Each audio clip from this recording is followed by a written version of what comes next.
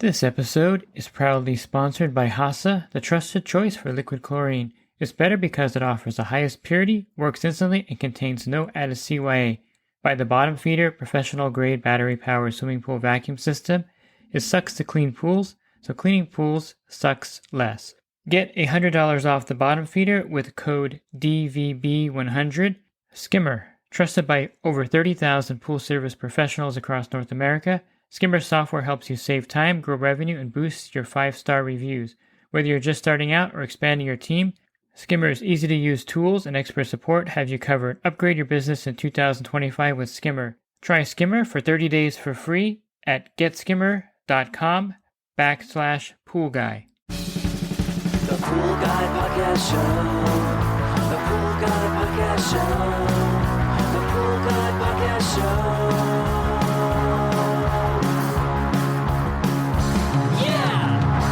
Hi, and welcome to the Pool Guy Podcast Show. In this episode, I'm going to talk to you a little bit about Infinity Edge pools. I'm not a builder, but I have taken care of these pools before, and I can tell you some issues that I've had with them. I'll go over some common problems with Infinity Edge pools, some things to think about if you're thinking about having one built, and of course, this is something based on my own personal experience out there in the field. Everyone has a different experience with them, but my experiences with Infinity Edge pools is that I like them, they look great, they're beautiful, but they do have issues.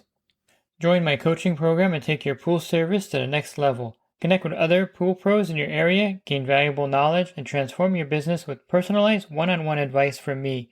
With over 36 years of experience, I'm here to help you succeed like never before. Learn more at poolguycoaching.com. And I wouldn't necessarily discourage you from building an Infinity Edge pool. It's just one of those things you have to be aware of, that there is a lot more engineering involved. There are a lot more things to think about when you're building it. And the hillside stability is one thing that you have to really consider when you're going to build one of these Infinity Edge pools. This is something that's really popular. I'll grant you that. And it's something that looks great on a hillside. Now, they're beautiful. I can't argue with the look. They just look spectacular. There's really nothing better than looking at the horizon and seeing these pools. And I actually like servicing these pools because I just love the view and I love looking at these pools. But they have issues, and I haven't had service an Infinity Edge pool that has not had some kind of issue, whether minor or gigantic. There's a builder that I know that actually got sued and lost the lawsuit for about $250,000 because the Infinity Edge pool basically fell off the side of the cliff. And it was all because the engineering was not done correctly. And this is something that can happen. Now, the things that I see with the Infinity Edge pools, I'll start with the minor problems, and then I'll touch on some major issues besides the pool falling off a cliff. That would be like the most major issue, I suppose. Minor issues is that sometimes it's very difficult to set the spillway correctly. So there's a basin or a throw or where the water goes into that creates the Infinity Edge. So the water goes off the edge and goes into this basin. I'll just say Infinity Edge basin. It's really hard sometimes to set the flow properly to get the water over the edge into the basin, depending on how the system is set up. There's all different ways of building these. You can have your own separate system for the basin, which I tend to think works better. You can have the system set up where you have valves that control, you can fine tune them so that the water will flow over the top into the basin. And there's all kinds of issues with that, setting that up. And I've run into different issues there. But you can set it to where it works perfectly fine. It just takes some effort to do that. There was an Infinity Edge pool that was built with an Infinity Edge spa kind of thing. So the spa had like an infinity spillway of sorts, where it would spill over all the edges of the spa. And getting that to work in conjunction with the pool spillway was extremely difficult. In fact, the builder had to come out and had to kind of chisel a part or a corner of the spa spillway off and then retile it to give it kind of a dip because they couldn't get the valves working correctly. And he just had to create a natural spillway by shaving off a corner of the spa so that the water would just flow over it. those are problems that I would consider minor because you can adjust them eventually and get them working. I think builders that build these without a skimmer, I understand the concept, all the water is going to go over into the basin, but the Pool Pro does need a skimmer to vacuum the pool, to add DE to the diatomaceous filter. I've seen Infinity Edge pools with no skimmer with a D filter, and you scratch your head thinking, how do you recharge this? Well, the trick in the industry is to take the lid off, clean the filter, put everything back together, and then dump the DE powder on top of the grids inside the filter, and then put the lid back on and turn on the system because there's no skimmer and you can't add the DE to the pool properly. So again, minor things in my opinion. The more major issues are the settling of the ground and cracking of the Infinity Edge pools in some fashion. Not the pool itself. I haven't had an Infinity Edge pool crack inside the pool, but I'm sure that happens. But I've had different issues. I had one where the actual Infinity Edge retaining wall was cracking because the hillside settled a little bit and it formed these hairline cracks which expanded a little more over time, and you would have water dripping through the retaining wall, and of course the pool was losing some water. Not a huge amount of water, but enough to where it was like a problem, and they had to redo that entire pool. Turns out, and I think this is the case in some cases, where it just wasn't permitted or done correctly, and there are some things that you have to really be great at when you're doing an Infinity Edge pool, and one would be making the retaining wall perfect so that you have it water sealed and there's no problems. Another one had a problem with the basin autofill not working, and I was scratching my head like, why is this basin autofill not working? But then I kind of stepped back and looked at kind of how it was set up, and I can actually see that part of the hillside where the basin was located, where the autofill was located on the far left end of the hillside, was actually sinking a little bit. And so the autofill could never get the right level because the autofill was sunken a little bit into the ground because the hillside had shifted, and it could never get the right level in the basin. So again, I think this is, I would consider a major problem, because the only way to fix that is to shore up the hillside and do some engineering and then reset that whole basin area of the pool. Another problem I had was sometimes they put the equipment down below underneath the pool. So they're below sea level, yes, but in this particular case, the equipment pad was on the side of the hill below the pool, and actually it was sinking or tilting, and so everything was tilted sideways by about 15 degrees. And I'm thinking, well, eventually this whole thing's going to come apart and fall down the hill, I guess, in the future, 10 years down the road. But those are all things to consider when you're building an Infinity Edge pool. It takes a lot of engineering, and your hillside has to be stable. I mean, to be honest with you, if you're on a hill and if your house is not super old, and I've done many pools on the hillside where there's wrought iron fences and they're like tilted at a 30 or 40 degree angle, and they weren't built that way. They just kind of shifted along with the ground. And think about that when you're building an Infinity Edge pool, that you could have some problems with the pool. I'm not saying you're going to have problems, but to be honest with you, every single Infinity Edge pool that I've taken care of has had some kind of issue because it's built on the cliffside. And you're talking about a lot of weight with the water in there, the gunite and everything on a hillside. Now, for the Service Pro doing an Infinity Edge pool, there are a few things that we don't like about him. I mentioned some of them not having skimmers. That's like top of the list. I think not having a split system is something that I don't like either. I've done Infinity Edge pools with one system, and I've done them with split systems where the basin had its own pump and filter.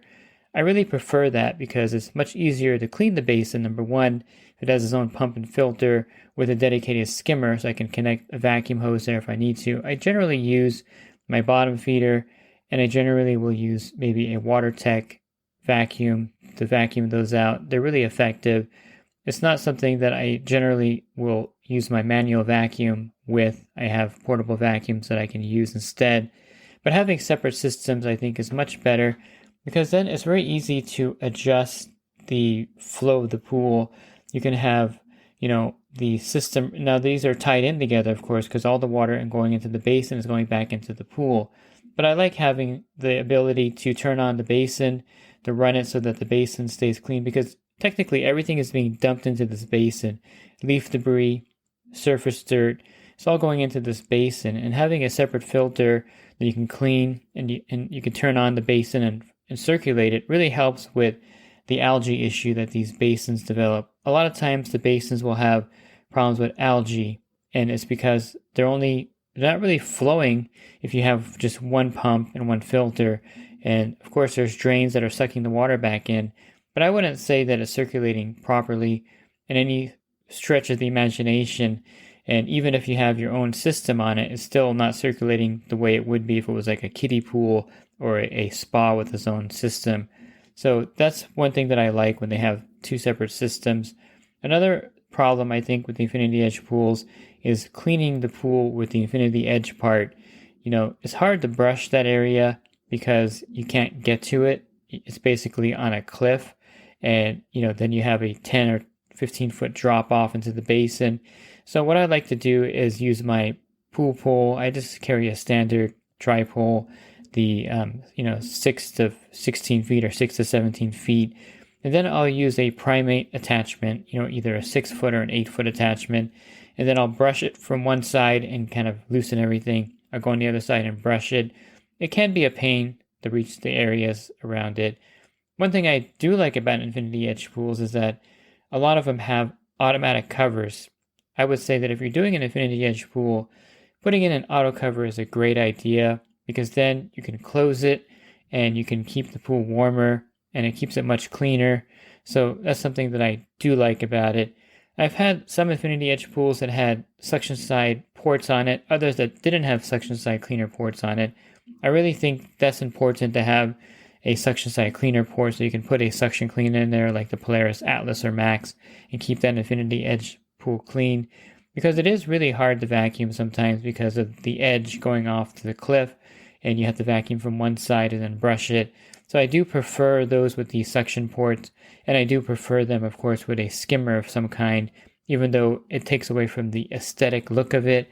The skimmer, I think, is important because sometimes you're not running it with you're not running the Infinity Edge pool with the water going over into the basin.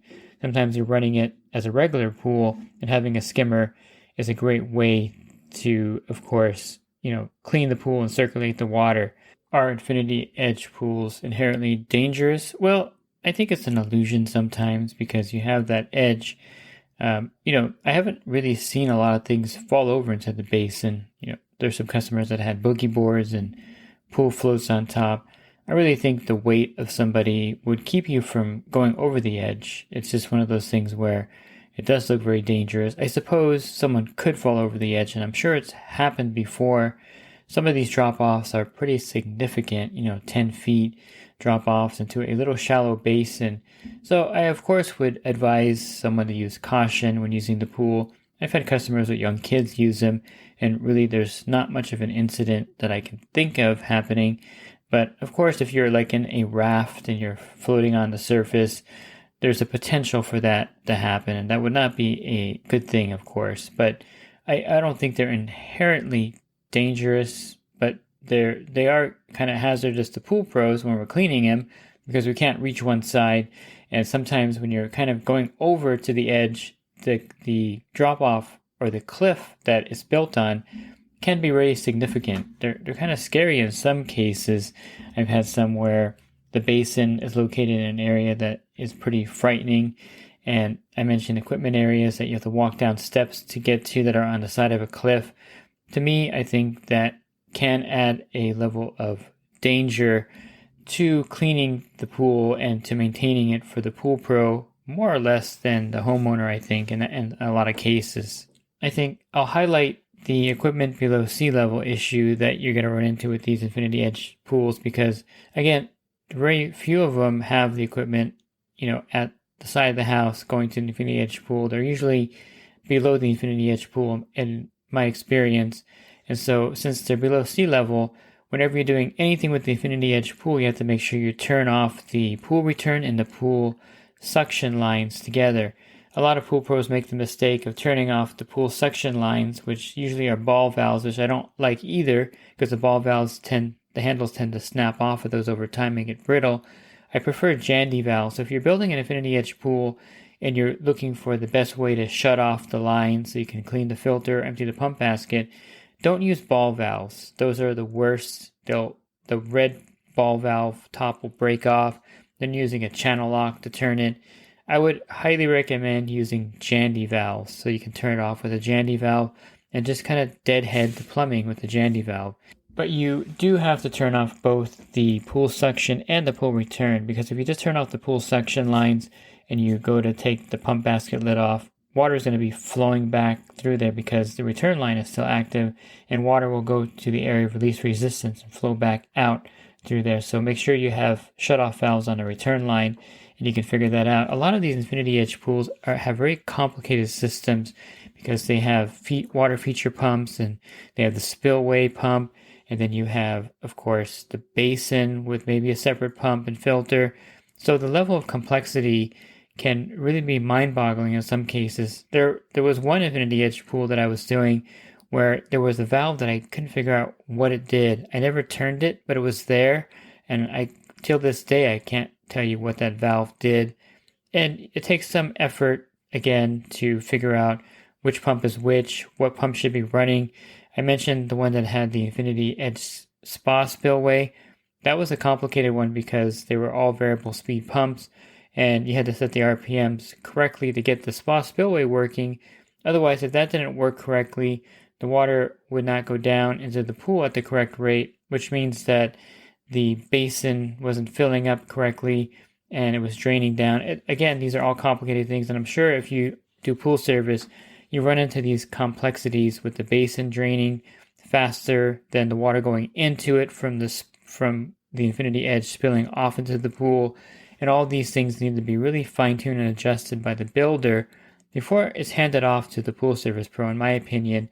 We're not really experts on the flow and getting everything set, so the builder should have everything set before we take over the account. Otherwise, we're spending a lot of extra time there, which I've done, getting everything set and the flow set correctly. And you have a lot of customers that will contact you with problems with their infinity edge pool, because that's just kind of the nature of the infinity edge pools. One thing is not going to be working at some point, or something is not going to work correctly, and you'll be contacted to come out there and fix it. So over time, with a lot of experience in dealing with these pools, you'll become kind of a pseudo expert in a way with infinity edge pools and be able to figure things out. And you'll figure out why the basin's draining faster than the water's going in there and things like that, or why it's not spilling over correctly. But this all comes with time and experience of dealing with infinity edge pools on your service route. And if you're looking for other podcasts I've recorded, you can find those on my website, swimmingpoollearning.com. On the podcast banner, there's an icon, or on the banner, there's a podcast icon. Click on that, and there'll be a drop-down menu of over 1,600 podcasts for you to listen to. And if you're interested in the coaching program that I offer, you can learn more at poolguycoaching.com. Thanks for listening to this podcast. Have a great rest of your week, and God bless. This episode is brought to you by HASA, providing products that deliver clean, healthy water for every aspect of everyday life. The bottom feeder battery-powered vacuum system, portable, powerful, and only weighs 12 pounds. And Skimmer. Get Skimmer, America's #1 pool service software. Podcast listeners can try Skimmer for free at getskimmer.com/poolguy.